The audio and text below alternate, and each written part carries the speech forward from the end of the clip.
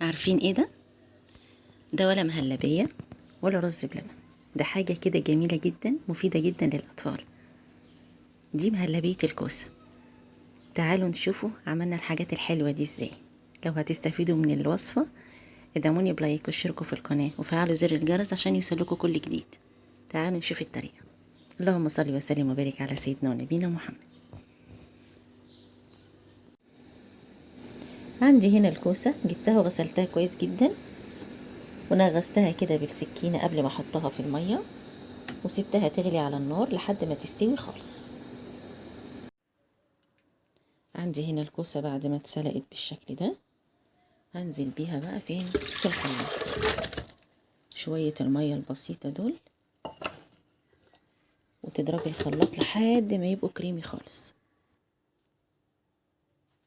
عندي هنا الكوسة بعد ما اتضربت بالشكل ده، بصوا عاملة ازاي.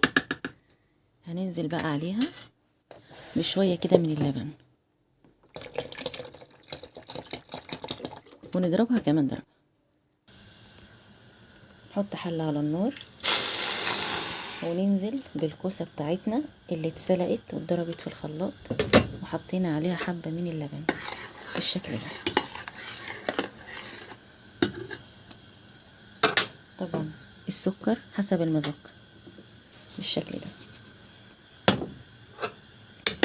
لو انت عامله كوسايه بس لطفل صغير ممكن تحطي معلقتين عسل، انما انا عامله هنا حوالي نص كيلو كوسه. وبعدين تقلبي لحد السكر ما يدوب خالص.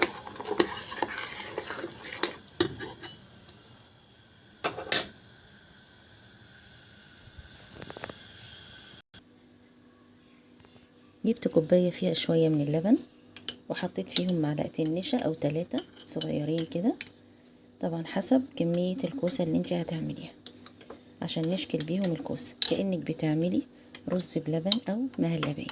تقلبي النشا كويس جدا كده فيها، وبعدين نحطها على الكوسه. هنزل بالنشا وشويه اللبن بتوعي كده، واقلب بسرعه بس عشان خاطر مفيش حاجه تكلكع فيها.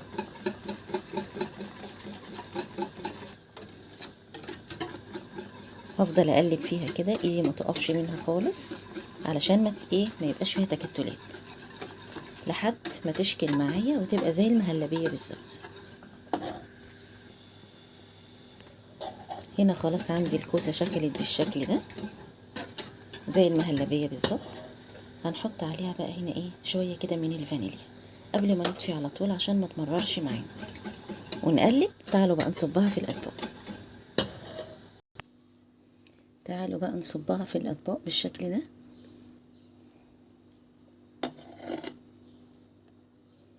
كأنها مهلبية بالظبط، وطفلك مش هيكتشف ان هي كوسة.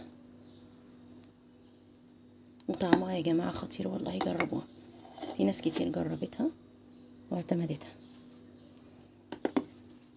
هقول لكم بقى على التزويق اللي انا هزوقه لها. طبعا اللي ما عندوش مكسرات مفيش اي مشكلة خالص.